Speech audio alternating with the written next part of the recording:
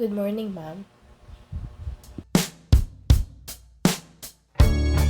Just one more tear to cry. One tear. Ganito pala sa Maynila. Maalikabok, mausok, maraming tao, laging traffic. Pero, puno ng pangarap. Ikaw, anong kwentong PNU-an mo? Pumasok po ako ng PNU na walang intensyong magturo sa hinaharap. Grabe ang naranasan kong culture shock. Culture shock? Anong pinagsasabi mo? Nasa utak mo lang lahat yan at dali-dali na nga lang ng course na kinukuha mo. Ayan, nagsasalita na naman si El. Nga pala, si El ang mga boses sa utak ko. Pero, hayaan na natin siya. Makinig muna kayo sa akin. Noong unang termino, 1 linggo pa lamang ang lumipas gusto ko nang tumakas. Dagsa ang balita tungkol sa mga first year na nagpo-pull out ng kanilang requirements. Kadalasang dahilan ay ang mahal na pamasahe, matinding pagod sa biyahe, bigat ng gawain, hirap sa pag-aaral, at pakiramdam na hindi sila akma sa bagong kapaligiran.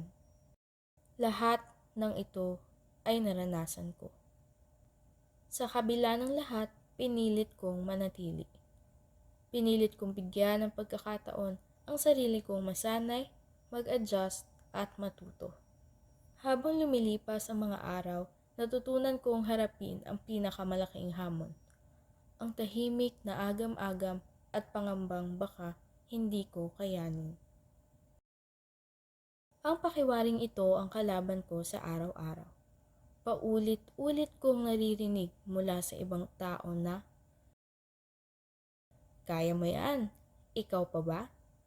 Pero ang hindi halata, hindi lumipas ang linggo o buwan o taon na hindi ko pinagdudahan ang sarili ko. Paano kung hindi ko kayanin? Paano kung hindi ko magawa ang inaasahan nila sa akin? Paano kung sa kabila ng lahat ng pagsisikap ko, magkulang pa rin ako? Ngunit ngayon, sa tingin ko, kinaya ko.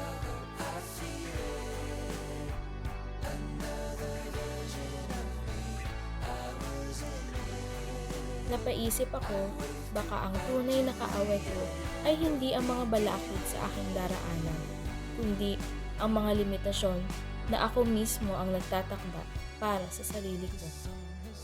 Unti-unti natutunan kong makita ang halaga ng bawat pagsubok. Sa bawat gabing ginugugol sa pagbabasa at paggawa ng takdang aralin, sa bawat umagang pilit na bumabangon kahit pagod pa, natutunan kong hindi lang ito tungkol sa akademikong kaalaman, kundi sa pagtsatsaga at paninindigan.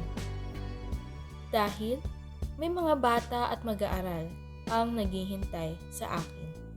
Ngayon na ako pa lamang ang naghihintay sa aking mga guro sa araw-araw, palagi kong sinisiguro na bawat paglabas nila sa silid-aralan, may isang pangungusap o aral dapat akong maaalala mula sa kanila. Nais kong magbigay ng 3 kolektibong aral na nais ko ring ikonekta sa larangan na psikolohiya. Una, ang edukasyon ay hindi lang isang serya ng mga sagot sa pagsusulit, kundi isang walang katapusang proseso ng pagtuklas sa ating sarili. Bilang guro, nais kong maging gabay sa paglalakbay ng aking mga mag-aaral upang matutunan nilang hanapin ang kanilang tunay na kahulugan. Hindi lamang sa larangan ng kaalaman, kundi pati na rin sa kanilang mga buhay. Mula sa pananaw ng psikolohiya, lalo na sa humanistikong psikolohiya ni Carl Rogers at Abraham Maslow, naniniwala ako na ang edukasyon ay isang daan patungo sa pagkamit ng pinakamataas na potensyal ng isang tao o ang pagiging pinakamagaling na bersyon ng sarili. Ikalawa, ang silid-aralan ay hindi isang piitan na humihinto sa kuryosidad, kundi isang malayang espasyo kung saan maaaring umusbong ang pagkamalikhain. Ayon sa teoryang konstruktivismo ni Piaget at Vygotsky, natututo ang mga bata sa pamamagitan ng aktibong pakikisalamuha sa kanilang kapaligiran at sa iba pang tao.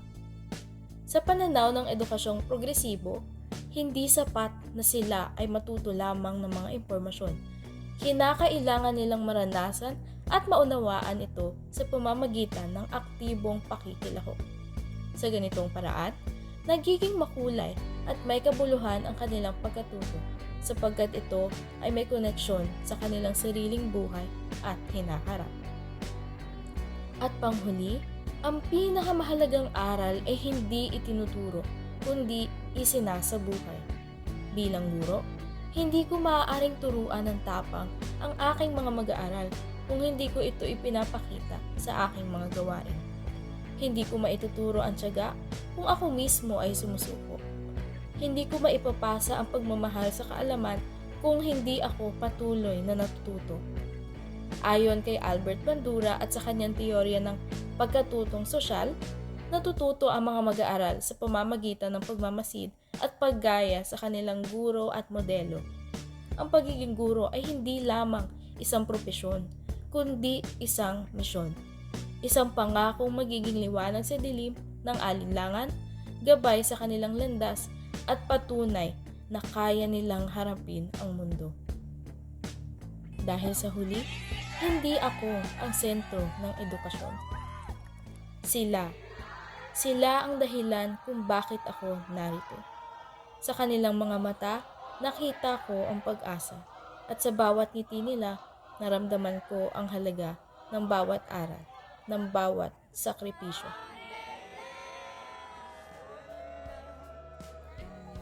At sa bawat hakbang nila patungo sa kanilang sariling tagumpay, alam kong natutupad ko ang aking layunin.